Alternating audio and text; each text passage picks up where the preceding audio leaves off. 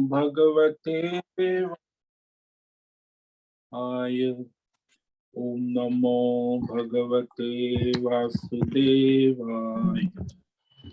ओम नमो भगवते वासुदेवाय।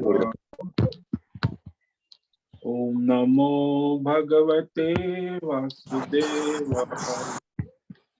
ओम नमो भगवते वासुदेवाय। ओम नमो भगवते वासुदेवाय। ओम नमो भगवते वासुदेवाय। ओम ओम ओम। ओम श्री परमात्मने नमो नमः। ओम गं गणपतये नमो नमः। ओम सं सरस्वत्यै नमो नमः। ओम गुं गुरुभ्यो नमो नमः। ओम सहनावतु सहनौ भुनक्तु सह वीर्यं करवावहै तेजस्विनावधीतमस्तु मा विद्विषावहै। ओम शांति शांति शांति। सदाशिव समारंभां शंकराचार्य मध्यमाम् अस्मदाचार्य पर्यन्तां वंदे गुरु परंपरां। वंदे गुरु परंपराम्। ओम पार्थाय प्रतिबोधितां भगवतां नारायणेन स्वयं व्यासेन ग्रथितां पुराणमुनि मध्ये महाभारतम् अद्वैतामृतवर्षिणीं भगवतीम् अष्टादशाध्यायिनीम् अम्ब त्वामनुसन्दधामि भगवत् गीते भवद्वेषिणि। गीते भवद्वेषिणि। वसुदेवसुतं देवं कंसचाणूरमर्दनं देवकी परमानन्दं कृष्णं वन्दे जगद्गुरुं। नमस्ते परमं ब्रह्म सच्चिदानन्दरूपाय निर्गुणाय नमस्तुभ्यं ओंकाराय नमो नमः। ओम सर्वे दुर्गाणि तरन्तु सर्वे भद्राणि पश्यन्तु सर्वे सद्बुद्धिमाप्नोतु सर्वे सर्वत्र नन्दतु सर्वे सर्वत्र नन्दतु। ओम तत्सत। ओम ओम ओम। आप सभी जूम ऑनलाइन नेटवर्क पर उपस्थित भगवत गीता श्रवण साधकों को आज प्रातः का अभिवादन, अभिनंदन, अभिवंदन। हरि ओम, हरि ओम, हरि ओम। हम सबको आज का यह दिव्य दिन तन मन धन जन देश काल विषय वस्तु परिस्थिति अवस्थाएं सभी को अपने अपने पूर्व में अनंत जन्मों में किए हुए संचित पाप पुण्य धर्म अधर्म कर्मों के पके हुए फल स्वरूप में वर्तमान में आज अपने अपने प्रारब्ध अनुसार परमेश्वरी योग माया के माध्यम से प्रसाद स्वरूप में प्राप्त हुआ है। अतः आज का यह दिव्य दिन परमार्थ हेतु निष्काम सेवा, यज्ञ, देव यज्ञ, ऋषि यज्ञ, पितृ यज्ञ, नृ यज्ञ, भूत यज्ञ, सात्विक दान, शारीरिक वाचिक मानसिक तप, निष्काम कर्म योग, ध्यान योग, भक्ति योग, ज्ञान योग, साधनाएं, स्वाध्याय, वेद शास्त्रों का अध्ययन, अध्यापन, उपासना, आराधना के लिए समर्पित करे और कराए। अत्यंत दुर्लभ मनुष्य जीवन की प्रत्येक क्षण परमार्थ हेतु सार्थक करे और कराए। आज विक्रम संवत 2079 पौष मास शुक्ल पक्ष की षष्ठी तिथि है। ये रात्रि 8:45 तक, उसके बाद सप्तमी तिथि लग जाती। आज है सतमिषा नक्षत्र, ये है 12:46 तक, उसके बाद पूर्व फाल्गुनी नक्षत्र लग जाता है। आज है बुधवार और यहाँ हेमंत ऋतु चल रही है। ऋषिकेश का रात्रि का न्यूनतम तापमान 3 डिग्री रहा और दिन का अधिकतम 21 डिग्री रहा। अभी वायु का 7 डिग्री है। वायु की गति 5 दशमलव प्रति घंटा चल रही है। कोहरा हल्का छाया हुआ है।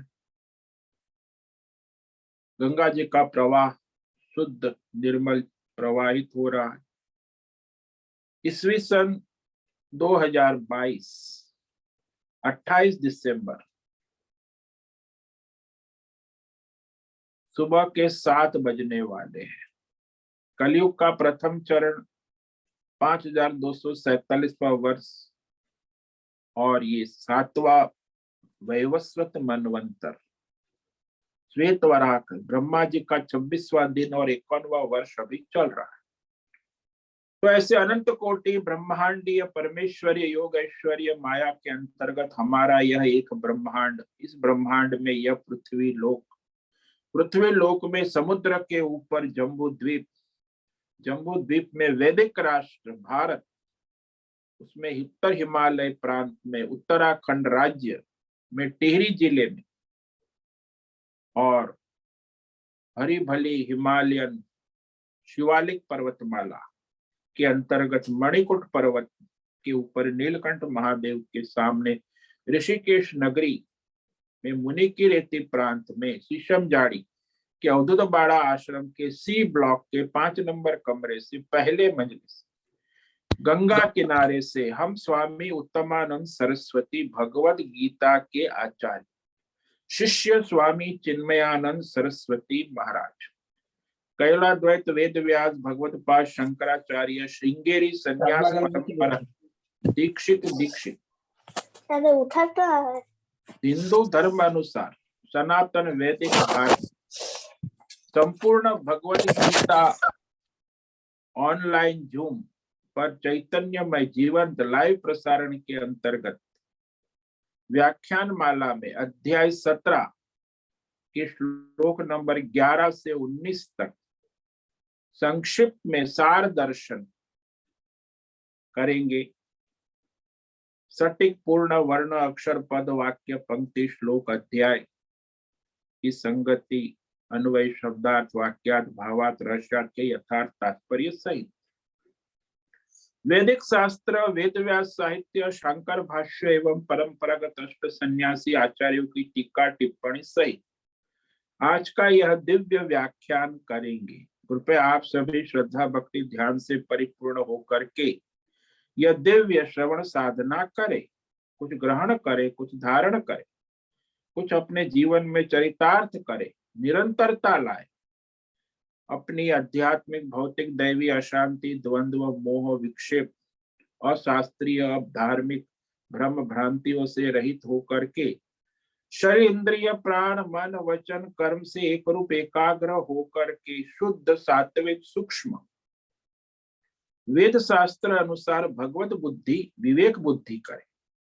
पुनः पुनः इस व्याख्यान का श्रवण करे, मनन करे, चिंतन करे, प्रचार प्रसार करे, लिंक भेजे, ग्रुप में शेयर करे और इस तरह अपना और सबका परम कल्याण करे और कराए।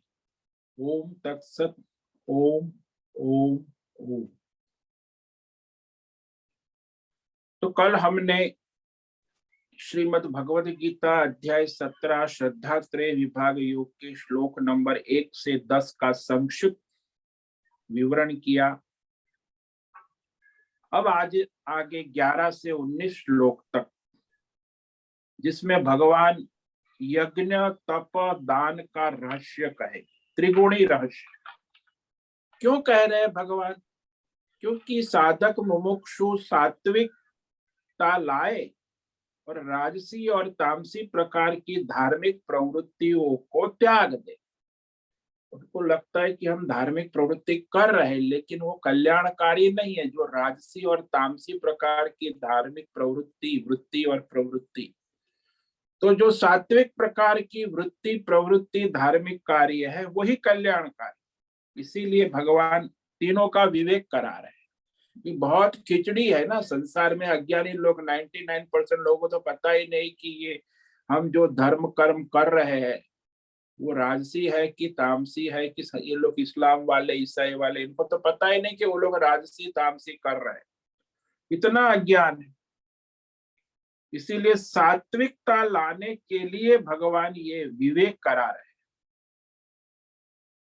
श्लोक नंबर 11 में यज्ञ का लक्षण कह रहे, सात्विक प्रकार के यज्ञ, पूजा, आराधना, जो उपासनाएं, वो सात्विक प्रकार की, उसका रहस्य क्या है? अफलाकांक्षिभिर्यज्ञो विधि दृष्टो युज्यते यष्टव्यमेवेति मनः समाधाय स सात्विकः।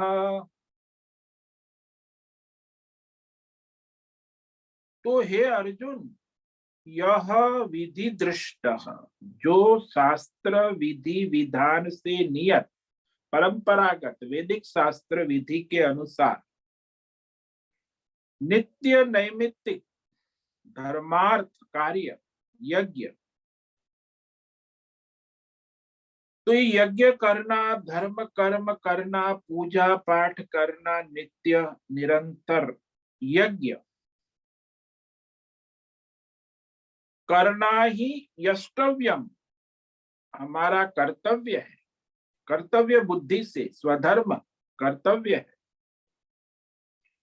ऐसी मन बुद्धि को समाधान करके, मन समाधान यानी बुद्धि में विवेक कर, मन का समाधान कर, श्रद्धा भक्ति भाव से यज्ञ पूजा आराधना, अफलाकांक्षी भी, जो यज्ञ पूजा आराधना करने में फल की आकांक्षा न करते हुए ईश्वरार्थ परमार्थ हेतु जो यज्ञ पूजा आराधना उपासना की जाती, भौतिक अध्यात्मक देवी तीन प्रकार की आराधना होती,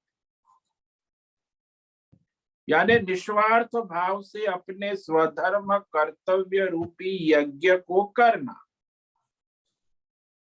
क्योंकि हम इस संसार के, ईश्वर के, जगत के, प्रकृति के, सबके ऋणी है ना,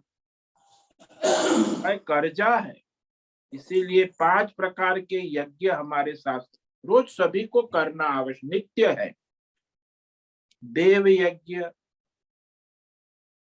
देवताओं की आराधना उपासना आहुति, ऋषि यज्ञ, वेद शास्त्रों का अध्ययन अध्यापन, पितृ यज्ञ, पितृओं का श्राद्ध, नृ यज्ञ, मानवता की सेवा, भूत यज्ञ, प्रकृति प्राणी जीव मात्र की दया करुणा से सेवा।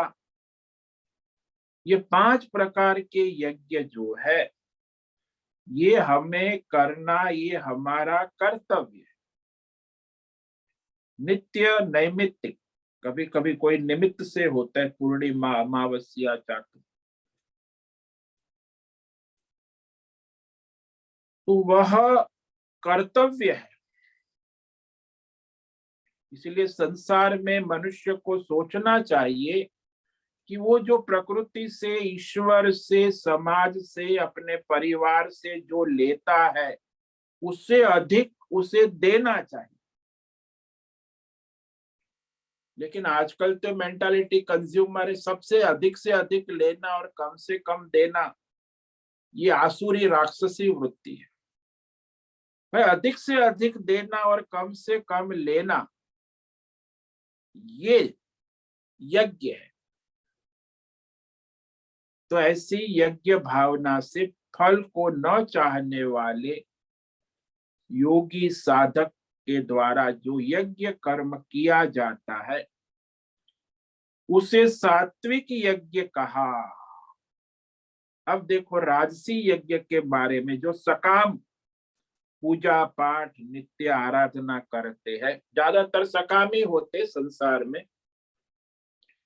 अभिसंधाय तो फलम दम्भार्थमपि चैव यत् युज्यते भरत श्रेष्ठ तम यज्ञम विद्धि राजसम।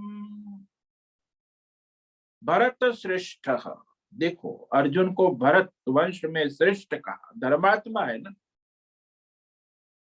अब जो यज्ञ धर्म कर्म पूजा पाठ ये सब दंभार्थम च फलार्थम, यानी फल की इच्छा से और दंभ दिखावे के लिए किए जाते, वो सारे यज्ञ पूजा आराधना उपासना जो की जाती वो राजसिक है। इसलिए ये लोग जो ईसाई वाले, जैन वाले, बौद्ध वाले, ये सारे जो है ना, वो भी बड़ा आराधना पूजा उपासना बड़ा दिखावा करते हैं और फल भी चाहते हैं। तो फल की इच्छा से और दिखावे के, यानी दिखावा, दंभाचरण जिसको कहते हैं, पाखंड, ये पाखंड जो समाज सामाजिक सेवा जो करते, वो भी सामाजिक संगठन, धार्मिक संगठन, ज्यादातर 90% पाखंड ही है दुनिया में। हर धर्म का पाखंड चलता है और उस तरह उसके फल की इच्छा भी उनको होती। तो स्वर्ग भी चाहते, मरने के बाद वर्तमान में फल चाहिए, भविष्य में और मरने के बाद भी उनको स्वर्ग लोक, वैकुंठ लोक, देव लोक की प्राप्ति चाहते। तो वो भी सकाम है ना भाई, आपको वैकुंठ मिलेगा, आपको heaven in God will save you, take you, Allah जन्नत में ले जाएगा। तो जन्नत में फिर 72 हुरों के साथ तुम नाच गान करोगे। तो वो भी फल, मरने के बाद भी फल दिखाते हैं ना सभी धर्म, वो सभी। तो फल का अनुसंधान करके, उद्देश्य को रख कर, ये जो पूजा आराधना धार्मिक सारी विधि सभी धर्मों में जो होती है, चाहे हिंदू हो, मुस्लिम हो, सिख हो, ईसाई हो, जैन हो, बौद्ध हो, ये सभी राजसी प्रकार के यज्ञ है, पूजा है, आराधनाएं है। ऐसा विधि विशेष रूप से जानो, भगवान कहते विशेष रूप से विवेक करो। संसार में ये स्थिति है। फिर कहा तामस प्रकार के यज्ञ पूजा आराधना के लक्षण, विधिहीनमसृष्टान्नम मंत्रहीनम दक्षिणम श्रद्धा विरहितम यज्ञम तामसम परिचक्षते। जो वैदिक शास्त्र विधि विधान से रहित, विधिहीनम, कोई विधि विधान नहीं, उनकी एक ही विधि होते, मंत्र होते, अगड़म बगड़म स्वाहा, अगड़म बगड़म एक ही मंत्र उनका, कुछ गड़बड़ गड़बड़ गड़बड़, कोई विधि विधान नहीं। स्वेच्छाचारी यज्ञ याग पूजा पाठ, जैसे मन में आया, मुझे जैसे ठीक लगता है, अपनी मन मानी। आजकल तो ऐसे ज्यादातर लोग पूजा पाठ करते अपने, कोई विधि विधान, जिसको जैसा घंटी बजा दिया, पहले बजाना है बाद में बजाना है, आरती कर दी, पहले करनी है कि बाद में करनी है, पता, बस फूल चढ़ा दिए, यहाँ वहां कैसे चढ़ाना कुछ नहीं। वो अगड़म बगड़म स्वाहा, स्वेच्छाचारी पूजा पाठ यज्ञ याग, इसको कहते विधिहीनम।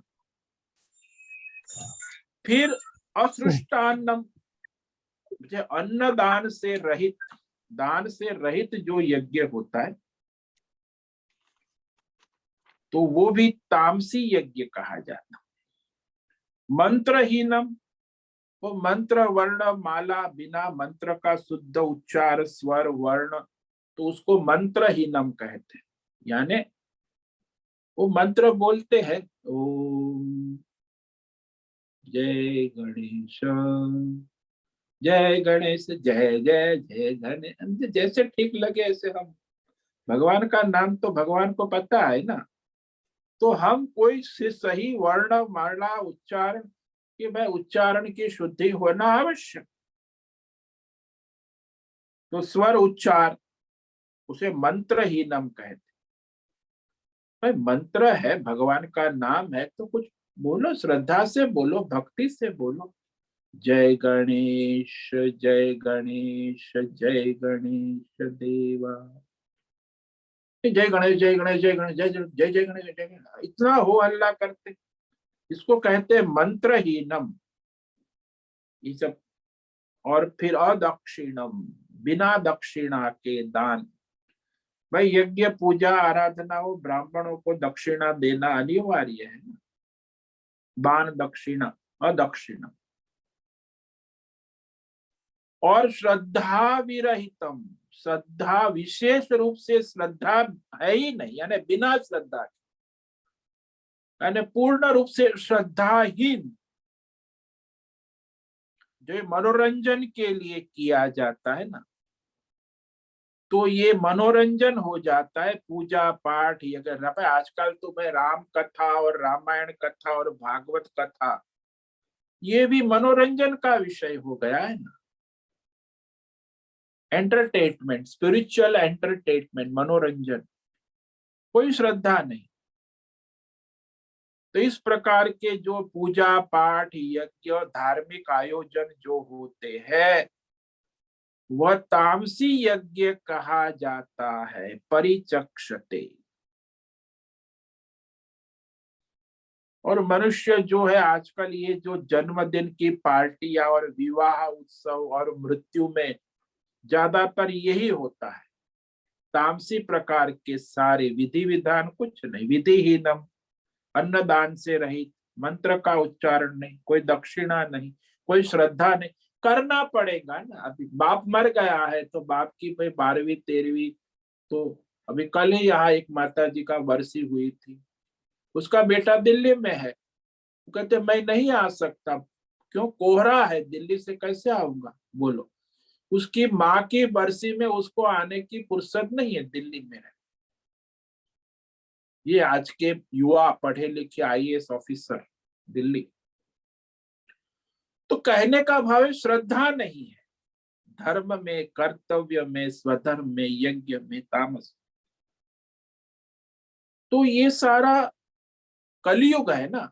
आज के युग में तो ये तामसी प्रकार का ही ज्यादा व्यवसाय चलता है, धार्मिक क्रिया दिखावा मात्र ही। तो बिना श्रद्धा के करना पड़ेगा, इसीलिए करते हैं। करना है नहीं, कर्तव्य बुद्धि नहीं है, करना पड़ेगा, पूजा करनी पड़ेगी। अब तो जबरदस्ती, भाई उसको करना तो है नहीं, श्रद्धा तो है नहीं, तो इस प्रकार करते हैं।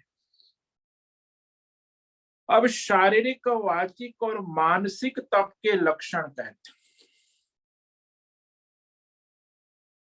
देव द्विज गुरु प्राज्ञ पूजनम शौच मार्जवम ब्रह्मचर्य महिंसा च शारीरम तप उच्यते। शारीरिक तपस्या का रहस्य कह रहे भगवान कि जो दैवी गुण ग्रहण करना और आसुरी गुणों को त्याग, तपस्या का मतलब है कि देश काल विषय में जो सुयोग्य तालमेल बनाना, science of living human life, जीवन जीने की कला, जिसमें अपने अंदर जो दैवी शक्ति है उसको प्रकाशित करना और आसुरी शक्तियों का त्याग करना, विवेक पूर्वक नियमन, दैवी शक्तियों का विनियोग सर्जनात्मक कार्य में करना और आसुरी शक्तियों का नाश, ये दोनों तप है। आसुरी वृत्तियों का नाश करना भी तप है, और दैवी वृत्ति को धारण कर उसका अभ्यास प्रैक्टिस करना, ये भी तप है। अब देवताओं की आराधना, ब्राह्मणों की, गुरु की, ज्ञानी जनों की जो सेवा शुश्रूषा है, शरीर से सेवा होती है, शारीरम तप कहा। तो वह प्रणाम करना, शुश्रूषा करना, सेवा करना, आदर सत्कार करना, ये सारा जो है ये शारीरिक तप में आता है। शौचम यानी पवित्रता, हर कार्य में सरलता होनी चाहिए, पवित्रता धार्मिक कार्य में। और आर्जवम सरलता, और ब्रह्मचर्य संयम, इंद्रिय का, मन का संयम, वाणी का संयम, और अहिंसा, ये भी शारीरिक तप है। शारीरिक, वाचिक, मानसिक स्तर पे किसी जीव को किसी प्रकार का कष्ट ना पहुंचे, व्यष्टि समष्टि स्तर पर किसी को न मारना, वो जो है अहिंसा, ये शारीरिक तप कहा जाता है। शरीर से होने वाले तप है ना। अब शरीर का इसमें माध्यम है, शरीर के द्वारा ही आप तपस्या करोगे, तो उसमें ये 5 प्रकार के कहे, देव द्विज गुरु प्राज्ञ, शौचम, आर्जवम, ब्रह्मचर्य, अहिंसा, शारीरम तपो। तो भगवान मुख्य मुख्य लक्षण कह रहे हैं, तो समझना कि बाकी भी उसमें दैवी गुण सब आ जाते हैं, शारीरिक तप। अब वाणी संबंधी तपस्या के लक्षण कहते भगवान श्लोक नंबर 15 में।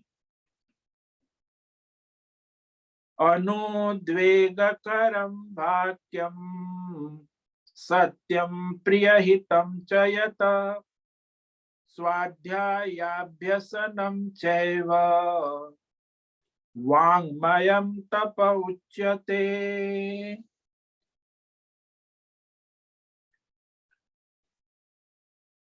तो ये कहते हैं कि जो वाणी के संबंध में है, जो वाणी जो होती है वक्ता की बौद्धिक क्षमता, मानसिक भावना, वृत्ति, शारीरिक इंद्रिय संयम को अभिव्यक्त करती है। तो वह वाणी जिसमें उद्वेग ना हो, अनुद्वेग करम, यानी अश्लील शब्द जो बोलते हैं ना, ये उद्वेग करेगा। कोई भी अश्लील शब्द, कठोर वाणी बोलते हैं, कठोर वाणी भी उद्वेग उत्पन्न करती है। और विवेकहीन अनाप शनाप बकवास करते, वो भी उद्वेग उत्पन्न करती है। और फिर कड़वे वचन, हम तो कड़वा सत्य बोलते, कड़वा सत्य नहीं होता, असत्य ही होता है। कड़वे वचन, तो इससे उद्वेग उत्पन्न होता है, तो ऐसी वाणी ना हो। दूसरा कहा प्रियम, प्रिय लगना चाहिए, कान को प्रिय, मन को प्रिय, सुनने वाले को प्रिय का होता है मधुर, सरल, शांत, स्नेह युक्त, प्रेम युक्त। वो प्रिय शब्द जो होते हैं ना, अरे प्यारे क्या करते हो तुम, तो प्यारे प्रिय लगेगा उसको। ए गधे तू क्या करता है, तो ये तो कठोर वाणी हो गई। प्यारे क्या करते हो कहो, और गधे क्या करते हो कहो, तो भाई शब्द का प्रभाव पड़ता है सुनने वाले पर, तो प्रिय होता है। और हितकारी, भाई उसमें हित है, कल्याण है सबका। और सत्यम, यथार्थ, जैसा व्यावहारिक सत्य होता है ना, प्रमाण मूलक, शास्त्र प्रमाण से सत्य होता है, व्यावहारिक दृष्टि से भी सत्य, जैसा देखा है, जैसा सुना है, वैसा वचन वाक्य को प्रकट करना। सत्यम, तो सत्यम में तो भाई स्वार्थ नहीं होता, अभिमान नहीं होता, तभी सत्य होता। स्वार्थी मनुष्य सत्य नहीं बोलेगा, अभिमानी अहंकारी व्यक्ति भी सत्य नहीं बोलेगा, उसके वाक्य में असत्यता हो। इसीलिए स्वार्थ अहंकार छोड़कर जो कहा जाए वो सत्य वाक्य। वाक्यम कहा, भाई वाक्य बनाना भी आना चाहिए। वाक्य का मतलब है व्याकरण के नियम के अनुसार उचित वाक्य बोलना, वो भी सोच समझ के बोलना। आजकल तो जो पढ़े मूर्ख लोग जैसे बोलते हैं, वाक्य का भी कोई नियम नहीं होता। कोई भी वाक्य आगे पीछे उल्टा हो, उसे सामने वाला समझ लेता है कि ये क्या कहना चाहते, तो वह वाक्य फिर पशु वक्त हो जाता है ना। पशु कुछ बोलता है तो सामने वाले को समझने की कोशिश करनी पड़ती है। तो वाक्य में भी विवेक होना चाहिए, शास्त्र के अनुसार, नियम के अनुसार, व्याकरण के नियम के अनुसार वाक्य जो है सामने वाला सुने और समझे, वो सत्य है। और फिर स्वाध्याय अभ्यसनम, वेद शास्त्रों का पठन पाठन अध्ययन अध्यापन, इसको स्वाध्याय कहें। हम लोग जो कर रहे हैं ये गीता, ये स्वाध्याय रोज सुबह, तो ये स्वाध्याय। और फिर उसका निरंतर दोहराना, उसको कहते हैं अभ्यास। अभी आपने एक बार सुना, दो बार सुना, तीन बार, तो उसको निरंतर दोहराना, ये अभ्यास है। केवल एक बार शास्त्र पढ़ने से ज्ञान नहीं होता, उसको बार बार दोहराना आवश्यक, तब जाके उसका रहस्य प्रकट होता है। अभी आप लोग सुन रहे गीता व्याख्यान, ये थोड़ी हम आज पहली बार बोल रहे हैं, पिछले 30 साल से हम गीता बोल रहे हैं। 91 में पहला हम एक श्लोक का व्याख्यान किया था मुंबई में सांदीपनी आश्रम में, जब पढ़ते थे ब्रह्मचारी, तो एक श्लोक का व्याख्यान किया था, पश्यन शृण्वन श्रुशन जिग्रन। अभी मुझे वो भी पहली बार मैंने किसी गीता के श्लोक पर व्याख्यान किया था हॉल में, वो आज उसको 30 साल हो गए, तो आज भी मैं कर रहा हूँ व्याख्यान। तो वो अभ्यास है, निरंतर स्वाध्याय पढ़ना। और वो भी स्वाध्याय मतलब केवल व्याख्यान करना ऐसा नहीं है, उसके लिए पूरी तैयारी करना, अध्ययन करना, उसको स्वाध्याय कहते, स्व का अध्ययन। अभी मैं ये आधा घंटा आपको प्रवचन सुना रहा हूँ, लेकिन उसके लिए मैं 1 घंटा 2 घंटा तैयारी कर, 8 आचार्यों का व्याख्या पढ़ता हूँ, नोट करता हूँ, तैयारी करता हूँ, फिर व्याख्यान। तो ऐसे थोड़ी है कि आके कुछ भी बकवास कर दे, वो बकवास कोई सुनता नहीं है, उस टाइम पास हो जाता है, उसी को लाभ नहीं होता। इसीलिए स्वाध्याय अच्छी तरह अध्ययन करना और उसे दोहराना निरंतर, ये वाणी का तप है। वाङ्मयं तप उच्यते।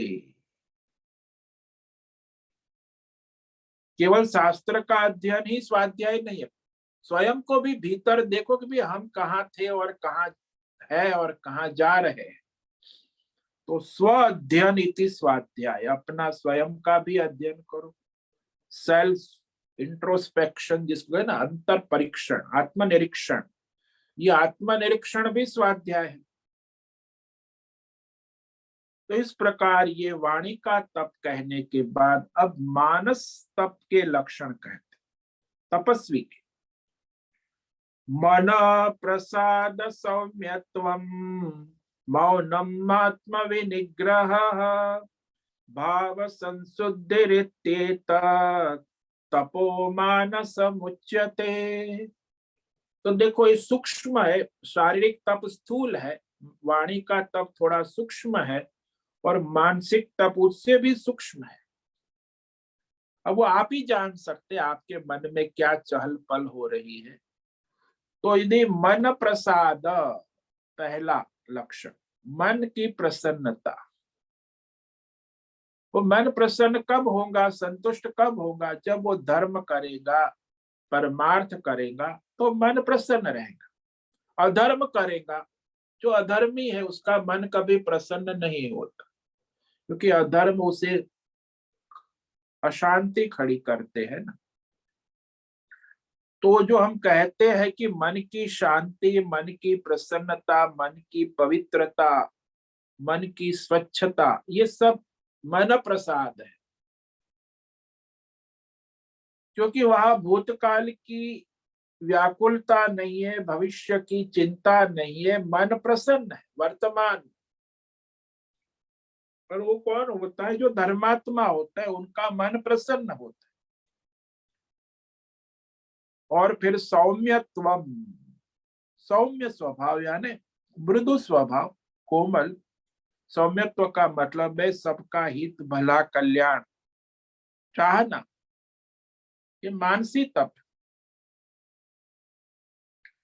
सरल व्यवहार जिसको कहते हैं, स्नेह रूप सीधा सादा व्यवहार, ये सौम्यत्व में जब माता पिता का सौम्य व्यवहार होता है ना, कोमल व्यवहार बच्चों के साथ, बच्चे भी माता पिता के साथ सौम्यत्व रखते हैं, तो उनका आपस में जो व्यवहार है वो सौम्य है और वो पक्षपात रहित होना आवश्यक है। फिर कहा मौनम, मौनम भगवत चिंतन लक्षणम। भाई मनन चिंतन करना, भगवत चिंतन करना, ये मौन है। ऐसा नहीं कि वाणी को बंद कर दिया, मन को सोचना, मन का सोचना बंद करना, ये नहीं मौन है। जैसे वो विपश्चना वाले मन को लॉकडाउन कर देते हैं, विपश्चना 9 दिन तक आपका मन लॉकडाउन, तो मानसिक शांति थोड़ी होती है, लेकिन वो मौन नहीं है, उसमें मनन नहीं है। मन को बंद कर देने की बात है, लॉक कर देने। तो मन को मनन करना, चिंतन करना, भगवत चिंतन करना, ये मौन है। आत्मा विनिग्रह और मन का संयम। मन का संयम कैसे होगा भाई? अरे मन में जब ये अधर्म पाशवी वृत्तियों का नियंत्रण करना, ये आत्मा विनिग्रह। काम क्रोध लोभ को नियंत्रित करना, संयमित करना, और यही आत्मा विनिग्रह, मन का संयम, निग्रह, विनिग्रह का भगवान विशेष रूप से, क्योंकि अधर्म पाशवी आसुरी वृत्तियों का नियंत्रण करना ये मानसिक स्तर पे होगा। भाई आपको पता है आपके अंदर कौन सी वृत्ति आ रही है, आसुरी वृत्ति है, पाशवी वृत्ति है, अधर्म वृत्ति है, तो उसका त्याग करना, उसका नाश करना, और धार्मिक वृत्ति, दैवी वृत्ति, सात्विक वृत्तियों को धारण करना, ये मन का निग्रह कहा गया, मन का संयम। और भाव संशुद्धि, ये भी सूक्ष्म है। अंतकरण जो है, मन में जो विचार वृत्ति, प्रेरणादायी जो भाव है, तो वह भाव शुद्ध होना चाहिए, जिसमें छल कपट ना हो, दंभ ना हो। जैसे बालक होता है, कितना उसकी शुद्धि होती है, बोलता है जैसा देखता है वैसा ही बोलता है, सद्भाव युक्त, निर्मल, भाव संशुद्धि इति एतत्, ये सब जो है मन संबंधी मानसम तप उच्यते। इसे मानस तप कहा गया है शास्त्रों में, परंपरा से ऋषि मुनि संत कहते आए। अब मानसी तप के बाद अब भगवान ये 3 प्रकार के जो तप है ना, शारीरिक, वाचिक, मानसिक, वो तप करने वाले तपस्वियों के लक्षण कह रहे हैं कि वो तपस्वी भी 3 प्रकार के होते। जो 3 प्रकार के तप है ना, उसके तपस्वी, सात्विक तपस्वी, राजसी तपस्वी और तामसी तपस्वी, तो उसका लक्षण कह रहे हैं 17वें श्लोक में। सात्विक तपस्वी का लक्षण, श्रद्धया परया तप्तम तपस्तत्रिविधम नरैः अफलाकांक्षिभिर्युक्तैः सात्विकं परिचक्षते। अफलाकांक्षी, जो सात्विक तपस्वी होता है ना, वह फल की आकांक्षा नहीं रखता। अफलाकांक्षा, सिद्धि असिद्धि, सफलता निष्फलता से उसे कोई मतलब नहीं, कोई आकांक्षा नहीं। तो परमार्थ है तो ईश्वरार्थ तप करते हैं, वो योगी है ना। और परया श्रद्धया, परम श्रद्धा का, आस्तिक्य बुद्धि जिसको कहते, तो परमात्मा में परम पूज्य भाव, परम श्रद्धा, पूर्ण 100% नहीं 1000% विश्वास, वेद शास्त्र, आचार्य परंपरा, कुल परंपरा, धर्म शास्त्रों में वह श्रद्धा, परया श्रद्धया तप किया जाता। कौन सा तप? शारीरिक, वाचिक, मानसिक, जो अभी कहा 3 प्रकार के तप सात्विक तपस्वियों द्वारा किया जाता है।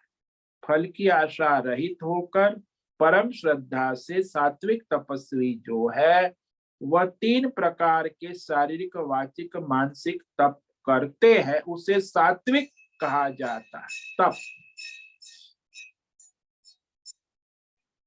अब राजसी प्रकार के तपस्वियों के लक्षण कह रहे। देखो भाई, ये नदी बहती है ना, तो उसमें 3 प्रकार का जल होता है। नदी का जल स्वच्छ, गंदा और अति गंदा। जैसे अभी ये ऋतु चल रही है यहाँ, तो यहाँ गंगा जी का एकदम स्वच्छ निर्मल हरी हरी दिखती है, हरी भरी, पहाड़ ऊपर पर्वत का रिफ्लेक्शन, क्रिस्टल क्लियर स्वच्छ निर्मल जल होता है। अभी ये होली के बाद गर्मी शुरू होगी तो फिर वो गंदा हो जाएगा, और फिर गंगा जी का प्रवाह, वो बर्फ पिघलता है, और उसके बाद जब वर्षा ऋतु आती है तो अत्यंत गंदा मैला होता है, मिट्टी मट मैला।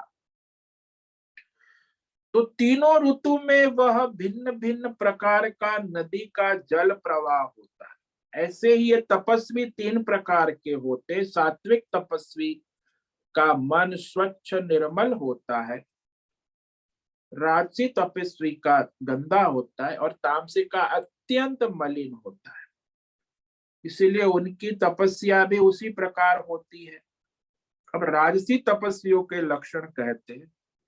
सत्कार मान पूजार्थम तपोदम्भेन चैव यत् क्रियते तद्देह प्रोक्तम राजसं चलमध्रुवम्। जो तपस्वी सत्कार मान पूजा के लिए तपस्या करते, तो वह संसार में देखा गया है ना, ये समाज सेवक है, ये संसार में ज्यादातर धार्मिक संस्थानें हैं, वो नेता है बड़े, तो सत्कार भाई ये बहुत बड़ा आदमी है, बहुत श्रेष्ठ है, बड़ा विद्वान है, तो सम्मान उसका खड़े होकर करते हैं, पैर छूते हैं, आसन देते हैं, पूजा। तो ये सारा जो है लौकिक सम्मान किया जाता। तो सम्मान प्रतिष्ठा के लिए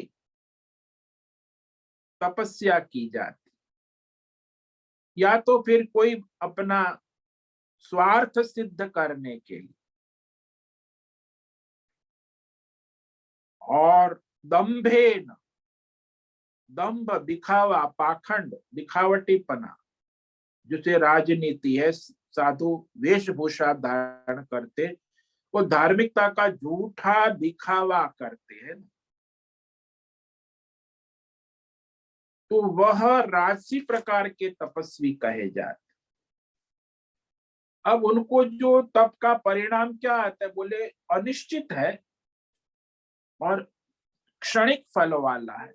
इनका जो तप होता है अनिश्चित, अस्थिर, अस्थाई होता है, और वो चलम कहा, उसमें स्थिरता नहीं होती।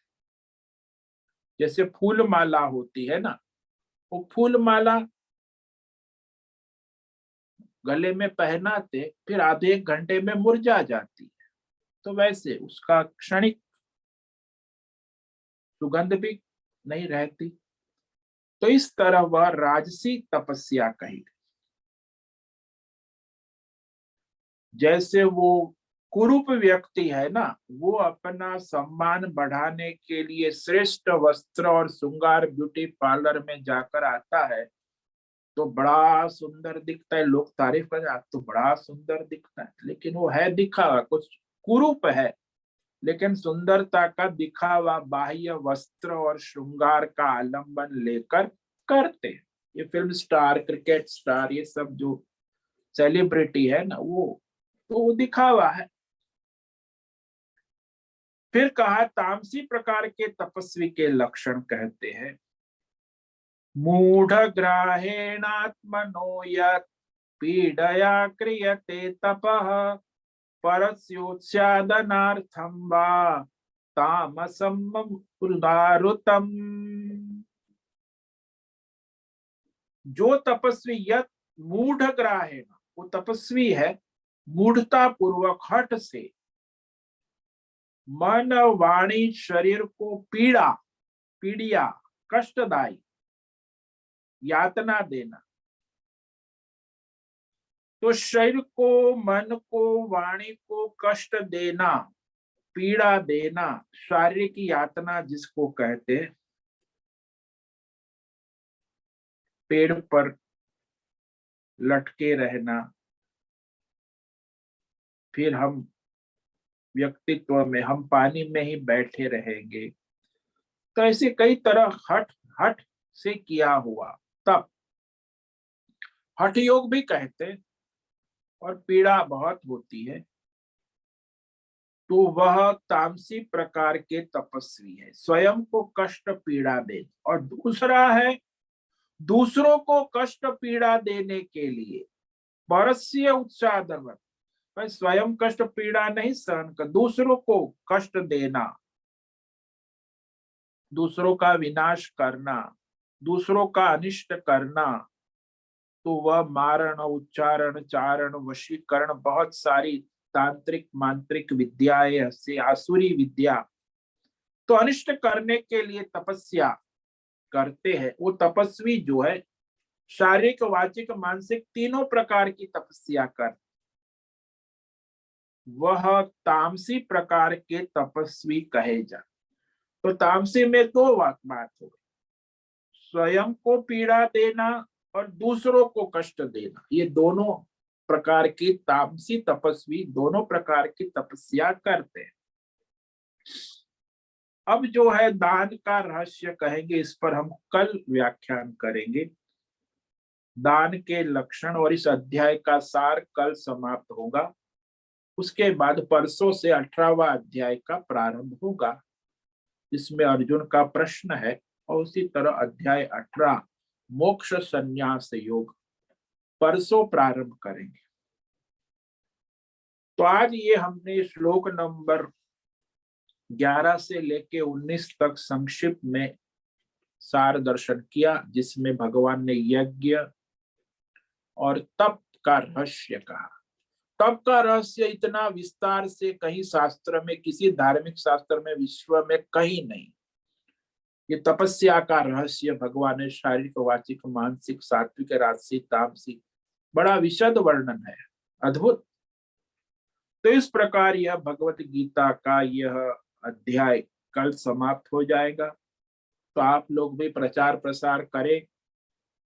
और 18वां अध्याय जो है वो तो भाई संपूर्ण वेदों का सार है। संपूर्ण गीता जो अभी तक की, जिसने 18 अध्याय नहीं सुने, वो संक्षिप्त पूरा 18 अध्याय का संपूर्ण संक्षेप में सिंहावलोकन सुनने का अवसर। मानव जीवन का विज्ञान, मृत्यु के बाद का भी विज्ञान है। तो ये गीता सार, समस्त गीता शास्त्र का आशय, संपूर्ण वेदों का तात्पर्य एक अध्याय 18 में भगवान कहने जा रहे हैं। तो इसका नाम भी मोक्ष संन्यास योग है। और बड़ा विस्तार से 78 श्लोक है, लंबा है, इसलिए हम चलाएंगे तो भी 1.5-2 महीने तो हो ही जाएंगे। 18वां अध्याय रोज हम एक एक श्लोक करेंगे तो भी। तो इसका लाभ आप लोग ले और ले आवे भाई। जिसने पूरी गीता नहीं सुनी, 2 साल से चल रही है, 2.5 साल हो गए, अभी ये आखिरी अध्याय है, वो भी संपूर्ण गीता का सार है, संक्षेप में सिंहावलोकन है। तो आप भी लाभ ले रहे हैं, दूसरे को ले आवे, प्रचार प्रसार करे, लिंक भेजे, जानकारी भेजे, आमंत्रित करे, तो लाभ ले और ले आवे। इसी तरह आज का यह जो है यह सत्संग हम पूर्ण करते हैं। ओम नमो नारायणाय, ओम नमो नारायणाय, ओम नमो नारायणाय, ओम नमो नारायणाय, ओम नमो नारायणाय। कायेन वाचा मनसेन्द्रियैर्वा बुद्ध्यात्मना वा प्रकृते स्वभावात् करोमि यद्यत् सकलं परस्मै नारायणायेति समर्पयामि, नारायणायेति समर्पयामि। ओम सर्वे भवन्तु सुखिनः, सर्वे सन्तु निरामयाः, सर्वे भद्राणि पश्यन्तु, मा कश्चित् दुःखमाप्नुयात्। अस्तु मा सद्गमय, तमसो मा ज्योतिर्गमय, मृत्योर्मा मृतंगमय। ओम पूर्णमद पूर्णमिदं पूर्णात् पूर्णमुदच्यते पूर्णस्य पूर्णमादाय पूर्णमेवावशिष्यते। ओम शांति शांति शांति। शंकरं शंकराचार्यं केशवं बादरायणं सूत्र भाष्य कृतौ वंदे भगवन्तौ पुनः पुनः। ईश्वरो गुरुरात्मेति मूर्ति भेद विभागी व्योमवद् व्याप्त देहाय दक्षिणामूर्तये नमो।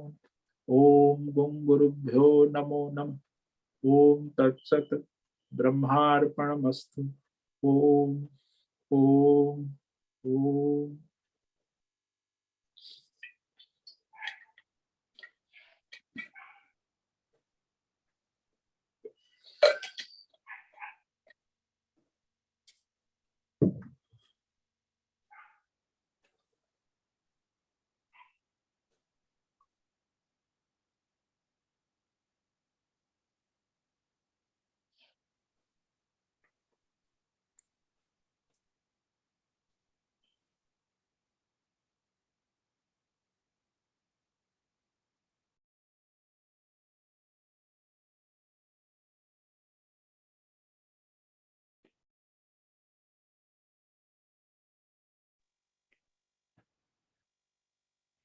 नमस्ते गुरुदेव। नमस्ते, बोलो। सात्विका लाने के लिए अन्न जवाबदार है ज्यादातर, तो अन्न को कैसे नियंत्रण किया जाए? अन्न आपको देखो, आपको नाश्ते में फल लो, ड्राई फ्रूट लो, सात्विक खान पान करो तो उसका प्रभाव तो रहेगा। भाई आप तामसी खा लोगे तो एक महीने का एक प्याज आपने खा लिया तो 28 दिन, एक महीने तक आपके शरीर में वो अपना काम करेगा। तो खान पान में तो आपको बड़ा सावधान रहना है। सात्विक है, प्राकृतिक है, जो रोटी सब्जी दाल जिसमें मिर्च मसाले कम है, तेल कम है, तो सात्विक खान पान का अभ्यास करना होता है। गाय का दूध है वो सात्विक है, भैंस का दूध है वो राजसी है, तो बकरी का दूध भी राजसी है। तो वो विचार करना आवश्यक है। इसीलिए खान पान को आप नियंत्रण करो, अपना सात्विक नियमित टाइम टेबल बनाओ और अपने पास वैसी चीज रखो जो कि सात्विक हो। और वो तामसी और राजसी प्रकार की वस्तु अपने घर में रखो ही मत ना आसपास। वो तो आप संस्कार पूर्वजन्म की वासनाएं है तो उसके संस्कार होंगे ना, तो संस्कार आपको खाने के लिए प्रेरित करेंगे। अभी है ही नहीं तो आप कहाँ से खाओ। मैं आसपास फल है, दूध है, सब्जी रोटी सलाद है, तो सात्विक खान पान अपने रसोई में रखो तो फिर आप सात्विक करोगे। अब आप सब राजसी तामसी रखते हो, नमकीन है, ये मीठा है, ये बाजारू है, तो फिर आपको फिर वो खाने की इच्छा हो ही जाएगी। इसीलिए अपने आप को विवेक पूर्वक सात्विक खान पान का अभ्यास करना, वो भी प्रकृति। आप तो बाहर सामान है लेकिन आपकी रसनेन्द्रिय भी वो है, उसको भी काबू कर, खाने के समय भी जो है सात्विक खान पान का अभ्यास करना आवश्यक। तो वो तामसी और राजसी प्रकार की चीज तो त्याज्य है संपूर्णतः। बस विवेक आपको करना है, कोई जबरदस्ती आपके मुंह में नहीं डालेगा। आपको खान पान का विवेक करना है। देखो मेरा नियम है, सुबह मैं अभी मेरा एक, मैं चाय तो नहीं पीता, तो मैं काढ़ा बनाता हूँ बढ़िया सा गुड़ डाल के, उसमें इलायची, लवंग, जीरा, काली मिर्च और दालचीनी, तो वो मसाले डाल के बढ़िया काढ़ा, तो सुबह तो मेरा शरीर स्वस्थ रहता है, वो आयुर्वेदिक है।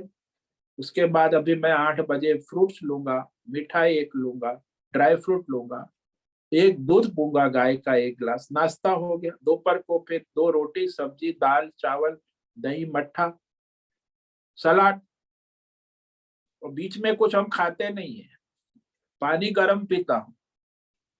और फिर रात को भी दूध है 1 गिलास, और कुछ अल्पाहार है, मूंगफली है या कुछ सात्विक, अभी ठंड लगती है तो अभी कुछ मिठाई है, गुड़ है, ऐसे ले लेते हैं। और सुबह 3 बजे उठ जाना, और सुबह उठ के पानी पीना, ये भी बहुत जरूरी है, 2-3 गिलास पानी पीना गर्म। फिर योग साधना प्राणायाम करना, वो भी जरूरी है। तो हम तो 3 बजे उठ गए हैं, अभी हमारा टाइम टेबल चल रहा है, अभी नाश्ता का तैयारी होगी इस क्लास, और फिर उसके बाद भी हमारे 2-3 क्लास है ऑनलाइन, तो वो सब चलता रहेगा। तो आपका टाइम टेबल बनाना चाहिए, पूरा शेड्यूल बनाना चाहिए, क्या खाना है क्या नहीं खाना है, पहले सोचना चाहिए। मैं भी रात को सोच लेता हूँ सुबह नाश्ते में क्या करना है, शाम को खाने में क्या खाना है, उस पहले तैयारी होनी चाहिए, प्रिपरेशन। तैयारी कुछ नहीं, आप तो सीधे खाने, भूख लगी है तो फिर वो पशु की तरह खाने बैठ जाएंगे, तो कोई संयम रहेगा नहीं। पहले सब सोच विचार के तैयार, क्या बनाना है, क्या खाना है, कब खाना है, उसका टाइम टेबल होना चाहिए। तो वो सब आवश्यक है, देश काल विषय वस्तु परिस्थिति समय की मर्यादा, तो सब निश्चय पहले हो जाना चाहिए। खाने बैठने के बाद नहीं होता कोई निश्चय, फिर तो खाना है ना। समझ में आया? बहुत अच्छी तरह से समझ में आया, और हाँ कैसे उसका प्रयोग में लाना है वो भी समझ में आया। आपका खूब हाँ, धन्यवाद। ठीक। ओम नमो नारायण। ठीक है, ओम आज का समय पूरा हो रहा है, सभी साधकों को ओम नमो ओम नारायणाय। नमो नारायणाय। ओम नमो ओम नारायण। नमो नारायण।